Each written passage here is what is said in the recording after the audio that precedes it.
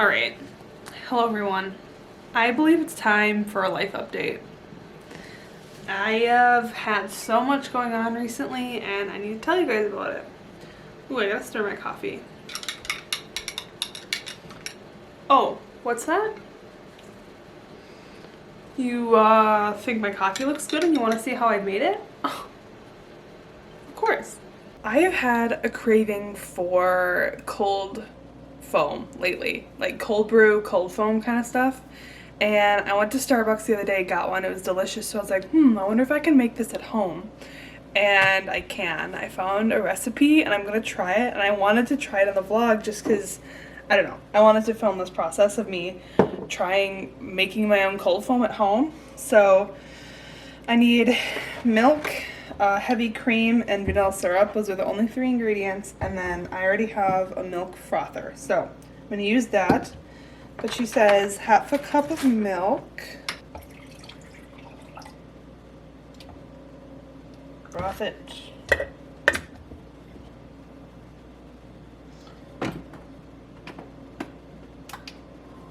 Okay, while that's going, I have my jar here. So I'm gonna put my cold brew in. I bought this brand. I've never had it before, but I figured cold brew is cold brew. So I'm having that. I need ice.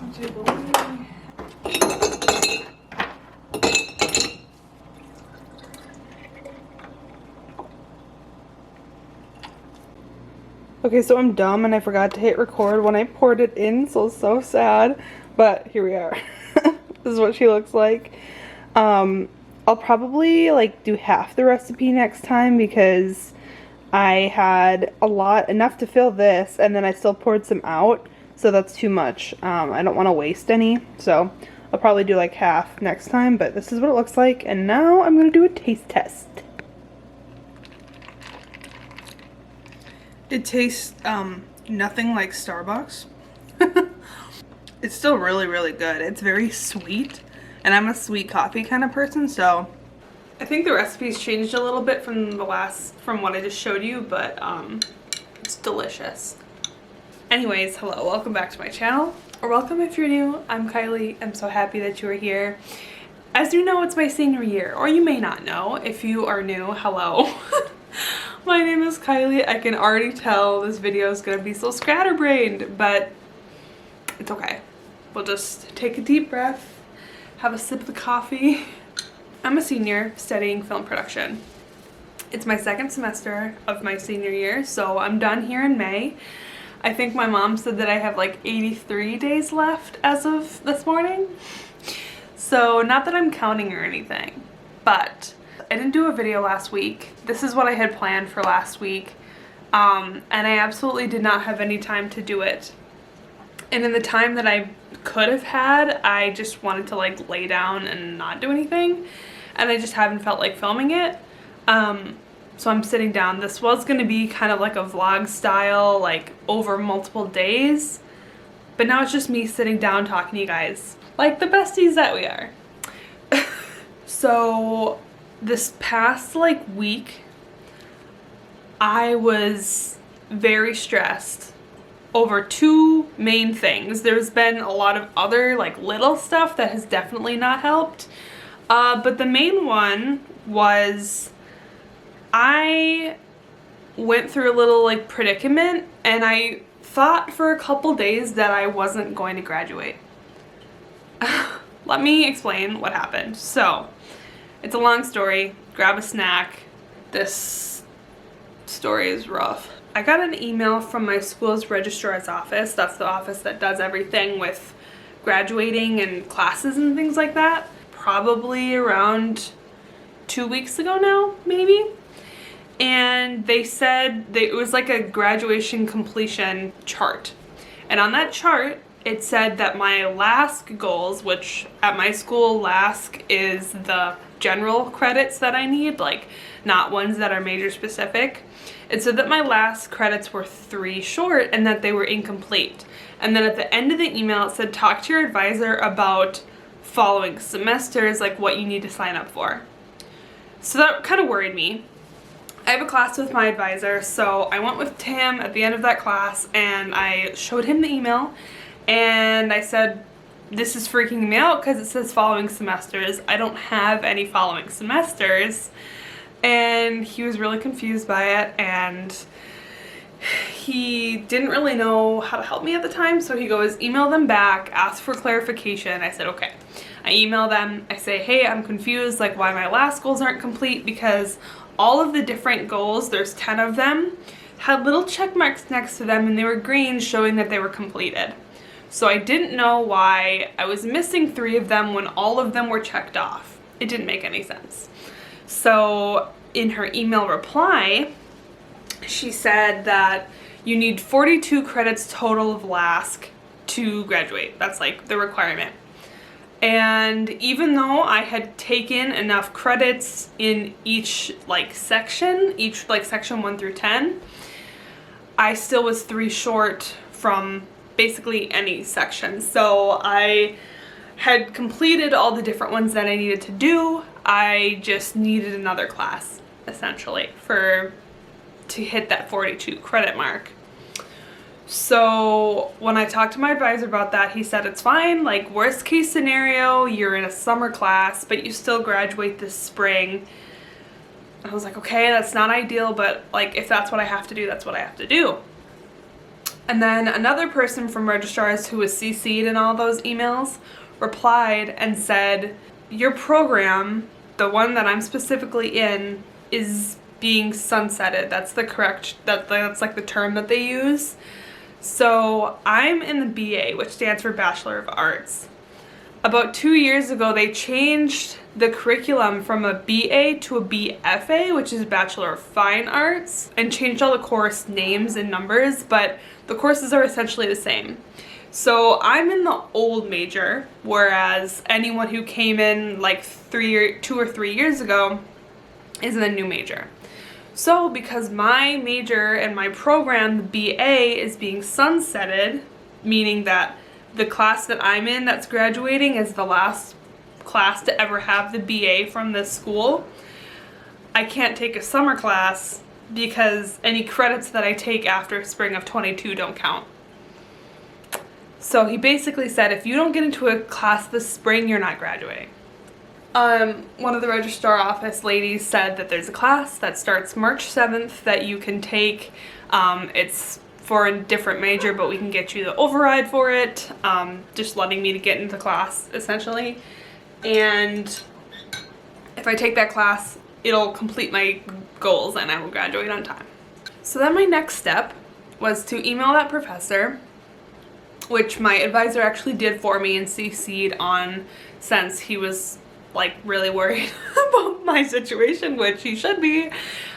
He emailed that professor and said, hello, like, can you please give this student an emergency override? She needs it. This is her last semester, stuff like that. I don't remember his exact wording. And she tried to give it to me, but for some reason, it still wouldn't let me register for the class because there were people on the wait list for it. And so I emailed back and forth with the professor that weekend and I was like, it's still not working, and that was over the weekend. And then on Monday, the professor emailed me and said, hi Kylie, over this weekend I've had some time to think about your situation and I'm going to ask the dean to add another section of this class because I don't think it's fair for you to jump the line of the other 8 people that are on the wait list for this class. So she said, until the dean adds another section, I'm not giving you the override. So that email freaked me out. I was like, cool, I'm back to square one, potentially not graduating. What the hell? So I sent that to my advisor. I texted him the screenshot of the email and I was like, just received this. And he didn't reply to me. I was like, okay. So I called my mom constantly throughout this process. I'm like, what do I do? What about? She's like, email the dean. And Pan also said, you should email the dean. I'm in a committee, a student committee with the dean of my college, so I actually like know him and he knows me. So I emailed him this long ass email with my entire situation. I was like, hi, like my name's Kylie, you might recognize me from being in this committee with you, but today I have a different issue, I'm in a predicament, and I paragraph, like whole thing, entire situation, everything that I just told you guys. And then at the end I'm like, could you please add another section to this course so that I can graduate and the past 4 years at my college won't have been for nothing. And he just replies later that night and was like, Kylie, I'm aware of your situation, I'm working to get it fixed. I was like, okay. The next morning, I wake up to an email from that professor from the class that I was supposed to be in. It was I was CC'd on it, and so she emailed another person saying, can you give Kylie the override for this class? And she gave me the override, and I'm in the class now. I'm registered for it. It starts in March. So that was a very stressful week for me. The back and forth, the so many emails, just wondering like, what if I don't graduate? Oh, it was horrible. But it's over now. I'm fine. I'm in the class, and I'm looking forward to being on track to graduate again. So that's something that I've gone through over this past week and a half kind of situation. So yeah, that was fun. So then my second update that I have to give you guys is for my senior capstone project. If you don't know, I'm in a senior capstone class, which is all the seniors in the film and animation program are in that class.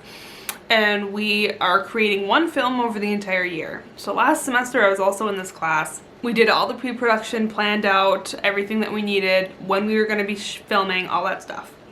So back in January, we were still trying to find our location. Our entire script revolved around 2 locations, but one of them was just like someone's house that we were using, so we didn't need permission or anything like that. But the other one was a store. And we were working with the store all of last semester, trying to get their permission to film, and we got like a yes essentially from them. So we're like, great, our location's fine, blah blah blah. So the store comes back in January and emails our producer saying, we can give you 2 hours of time to film at our store. Because it was around their busy season. We're filming like right after Valentine's Day, and they were really worried about, you know, us taking up too much time, which 2 hours is not nearly enough to film what we're filming. Like, we're doing a full-on production, we have cast, we have crew. 2 hours to film, including setup and takedown, is nearly impossible. Like, we couldn't do it.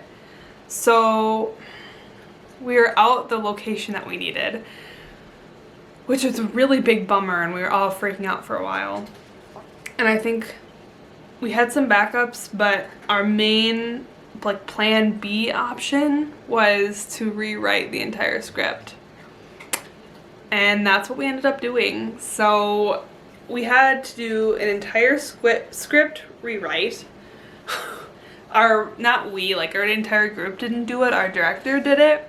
Since this is like her story, she rewrote it so it's the same premise and everything, all the details are mainly the same. It's just they're holding a party at someone's house instead of doing it at a store.